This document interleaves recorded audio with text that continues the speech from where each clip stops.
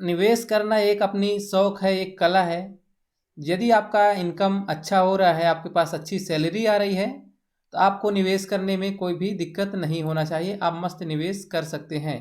तो आज की वीडियो में हम आपको यह बताएंगे कि आप कौन से खाते में निवेश करें, कहाँ कौन सा खाता आप ओपन करवाएं जिस आपको उसका एक बेहतरीन रिटर्न मिले, ताकि आपके लिए और आपके परिवार के लिए बहुत अच्छा हो।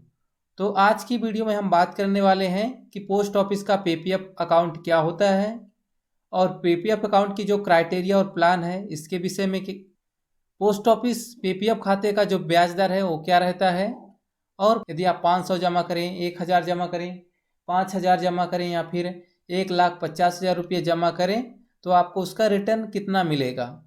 और फिर इसके बाद बात करने वाले जो सबसे महत्वपूर्ण चीज़ है, टैक्स बेनिफिट एंड टीडीएस के बारे में। तो ये भी एक अपना महत्वपूर्ण योगदान रखता है। और इसके साथ ही इस पर बात करेंगे हम पोस्ट ऑफिस पीपीएफ स्कीम हम कैसे ले सकते हैं, ठीक है। और पीपीएफ लेने के लिए हमें किन किन डॉक्यूमेंट की आवश्यकता पड़ने वाली है, इस टॉपिक पर भी हम चर्चा करने वाले हैं। तो चलिए दोस्तों, सबसे शुरू में हम जानते हैं कि पोस्ट ऑफिस का पीपीएफ खाता क्या होता है। तो दोस्तों आपको हम बता दें, पीपीएफ खाते का जो फुल फॉर्म होता है पब्लिक प्रोविडेंट फंड। इसे हम पब्लिक प्रोविडेंट फंड के नाम से जानते हैं। निवेश करना चाहते हैं तो आपको ये भारत सरकार के द्वारा ये समर्थित किया जाता है। इसमें कोई भी फ्रॉड या कुछ भी होने की कोई भी संभावना नहीं रहता। यह गवर्नमेंट का एक अकाउंट है। इसमें आपको हर साल पैसा जमा करना पड़ता है और आपको यह पैसा लगातार 15 साल तक जमा करना होता है। आप वो पैसे को चाहे तो मंथली जमा करें, क्वार्टरली जमा करें या हाफ ईयरली या फिर ईयरली जमा करें, आपको 15 सालों तक इसका पैसा जमा करना पड़ता है। जैसा कि आप जानते हैं, आरडी खाता आपका जो होता है, आरडी खाते में आप 5 साल तक पैसा जमा करते हैं एक फिक्स अमाउंट को। फिक्स अमाउंट जैसे कि 500 रुपये से आपने अकाउंट ओपन करवाया तो आपको 500 रुपये मंथली जमा करना है और आपको जमा करना है 5 साल तक। इसी प्रकार से आपका ये पीपीएफ खाता भी होता है। अब अकाउंट ओपन करवाने के लिए आपको चाहे तो आप कैश दे सकते हैं या फिर चेक के माध्यम से अकाउंट ओपन करवा सकते हैं। और एज लिमिट के बारे में इसमें बात करेंगे, इसमें कितने उम्र वाले व्यक्ति खाता खुलवा सकते हैं, इसमें कोई भी एज लिमिट नहीं दी गई है। अमाउंट ओपन करवाने के लिए आपकी जो पहली प्रीमियम होगी, किस्त होगी, आपको 500 रुपया देना पड़ेगा। आप 500 रुपये देकर एक पीपीएफ खाता ओपन करवा सकते हैं। इसकी जो पहली किस्त होगी तो 500 होगी और मिनिमम अमाउंट आपको जो डिपॉजिट करना है तो 500 रुपया है। 500 रुपया एक साल में जमा ही करना है। अब आगे आप अधिकतम जो पैसा जमा करना है उसके बारे में भी बात करने वाले हैं। मैक्सिमम अमाउंट आपका जो होगा तो 1,50,000 रुपये होगा और एक फाइनेंशियल ईयर में आपका 1.5 लाख रुपये से ज़्यादा जमा नहीं होना चाहिए। अब इसके बारे में बात करें, मिनिमम इंस्टॉलमेंट इन आप फाइनेंशियल ईयर एक है। यदि आप पैसा जमा करना चाहते हैं तो आप एक किस्त में पूरा पैसा जमा कर सकते हैं। जितना भी आपको जमा करना है, चाहे तो आप 5,000 जमा करें या फिर 1.5 लाख जमा करें, आप एक बार में पूरा जमा कर सकते हैं साल भर का। या तो फिर आप maximum installment in a financial year 12 बार, या फिर इसको आप 12 किस्त में जमा कर सकते हैं। हर महीना करके आप 12 महीने में 12 बार पैसे जमा कर सकते हैं। यदि आप चाहें तो एक बार भी जमा कर सकते हैं, ठीक है। इसके आगे हम बात करते हैं कि ये खाता कितने सालों तक चलेगा। तो ये 15 साल तक चलेगा, लॉक हो जाएगा 15 साल के लिए। यदि आप इसी को और आगे बढ़ाना चाहते हैं तो ये खाता आपका 5 साल के लिए और आगे बढ़ जाएगा, ठीक है। फिक्सेबल डिपॉजिट अलाउड, कि इसमें आप फिक्स अमाउंट आप इस पर डिपॉजिट कर सकते हैं। जैसे कि आपको 10,000 रुपया हर महीना जमा करना है तो आप 10,000 रुपया हर महीना आप इस पर डिपॉजिट कर सकते हैं, आप एक राशि फिक्स करने के बाद। इसके बाद यहाँ पास जो है तो premature closure is not allowed before 15 year. 15 साल के पहले आप इस खाते को क्लोज नहीं करवा सकते हैं। ये खाता बंद तभी होगा जब इसकी जो टाइम पीरियड है वो 15 साल हो जाएगा। लेकिन हाँ, इसमें आप पैसे विड्रॉवल करवा सकते हैं।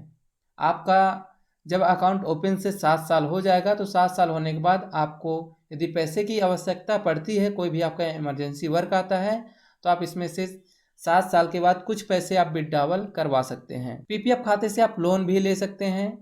लोन जैसा कि आप अकाउंट ओपन डेट से आपका 3 साल कंप्लीट हो जाता है तो उसके बाद आपको इसमें लोन की फैसिलिटी आपको मिल जाती है। साथ ही इसमें हमको यह देखना है कि पीपीएफ खाते में हमारा इंटरेस्ट रेट क्या है। तो अभी जो वर्तमान इंटरेस्ट रेट है आज की डेट का, तो 1/4/2020 से जो अभी लागू किया गया तो 7.1 है। ये रेट आपका चेंज होते रहता है। तो इसके लिए आप क्या करें कि आपकी जो ऑफिशियल वेबसाइट है गवर्नमेंट की इंडिया पोस्ट, आप उस पर जाकर विजिट कर लीजिए, उसके हिसाब से ही आप पैसे को निवेश कीजिए। तो आज की जो 1/4/2020 से जो इसकी इंटरेस्ट रेट आई है तो ये है अभी 7.1 के हिसाब से, इसके हिसाब से हम आपको बता रहे हैं। अब हमें यहाँ पास बात करनी है कि हमें रिटर्न कितना मिलेगा। रिटर्न के बारे में हम बात करते हैं। जैसा कि आप यहाँ पास देख सकते हैं कि अभी हम 7.1% के हिसाब से कैलकुलेट होगा जो भी ब्याज होगा। तो सबसे पहले हम देखेंगे इस पर अमाउंट कितना हमें जमा करना है, टर्न कितना आएगा, फिर टोटल डिपॉजिट, फिर मैच्योरिटी अमाउंट। तो यहाँ पास आप देख सकते हैं 500 रुपये। 500 का मतलब हमारे यहाँ पास हो गया कि 500 रुपये हम यहाँ पे मंथली जमा करेंगे। ठीक है, एक महीना में हमें 500 रुपये जमा करना है और एक 500 जमा करेंगे तो 12 महीने में कितना हो जाएगा, 12 महीने में हमारा पैसा 6000 हो जाएगा। ठीक है, आपको पैसा 15 साल तक जमा करना है तो 15 छक्का 90, मतलब हमारा 500 रुपये यदि आप महीना में जमा करते हैं तो आपका 15 साल में 90,000 रुपया जमा हो जाएगा। और फिर जिस इसमें जो मैच्योरिटी अमाउंट मिलेगा, आपके पास जो अमाउंट आएगा तो अमाउंट 1,75,785 रुपया मिलेगा। ठीक है दोस्तों, तो इसी प्रकार से यदि आप 1,000 रुपया जमा करना चाहते हैं हर महीना तो आपका जो टोटल डिपॉजिट हो जाएगा तो हो जाएगा 1,80,000 रुपया। 1,80,000 रुपया आपको जमा करने के बाद जो आपको रिटर्न मिलेगा, आपका मैच्योरिटी अमाउंट होगा 3,15,572 रुपया आपको मिलेगा। इसी के आगे हमें अमाउंट को थोड़ा सा बढ़ा देते हैं। 5,000 रुपया यदि आप जमा करना चाहते हैं मंथली आपको 5,000 रुपये जमा करना है तो आप 15 साल तक में 9 लाख रुपये जमा कर पाएंगे। जब 9 लाख रुपये जमा कर पाएंगे तो आपको जो अमाउंट मिलेगा तो 15,77,841 रुपये आपको रिटर्न मिलेगा, मैच्योरिटी अमाउंट।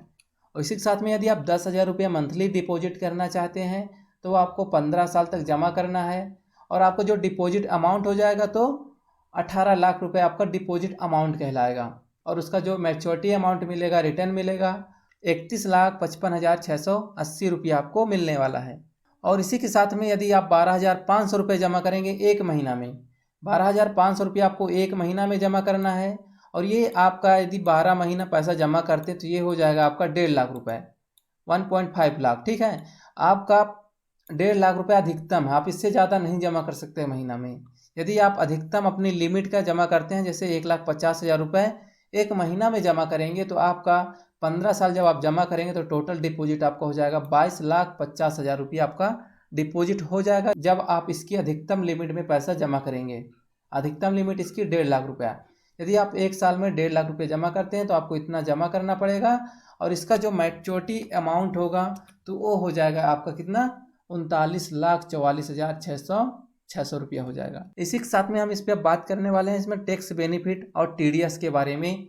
टैक्स बेनिफिट ये सबसे महत्वपूर्ण चीज़ होती है क्योंकि जब भी हम पैसा जमा करते हैं तो उसमें टैक्स कट जाते हैं। बेनिफिट अंडर सेक्शन 80C, धारा 80C के तहत आपको टैक्स में छूट मिलेगी, बेनिफिट मिलेगा। अगला है no tax on maturity amount, interest is complete tax free.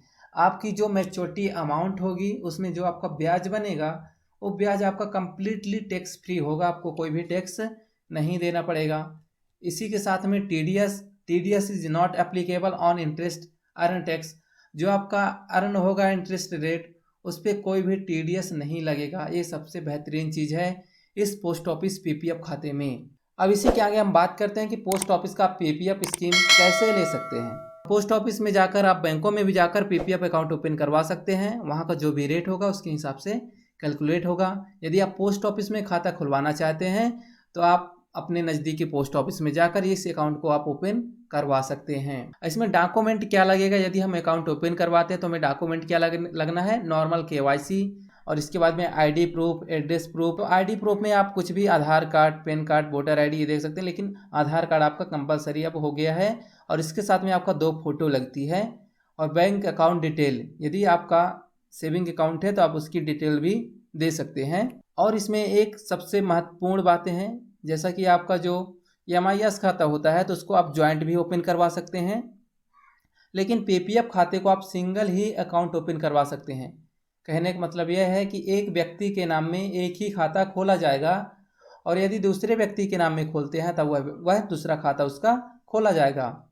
लेकिन यदि आप किसी बच्चे के नाम में खाता खोलते हैं, यदि वह माइनर है, मतलब कि 10 साल से कम है, तो यदि आप अकाउंट ओपन करवाते हैं अपने साथ में तो फिर वह एक ही अकाउंट माना जाएगा। और इसकी जो किस्त डिपॉजिट करना है तो आप इस पे पैसे जमा करने के लिए आप ऑनलाइन जमा कर सकते हैं।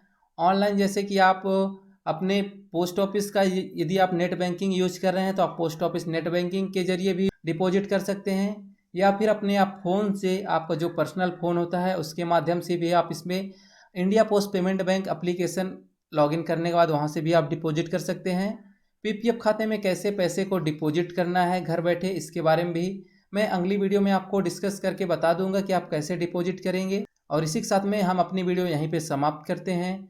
यदि आपको यह वीडियो पसंद आई हो तो इसे आप लाइक कर दीजिए और अपने सभी दोस्तों तक शेयर कर दीजिए और हमारे चैनल को सब्सक्राइब करना ना भूलें।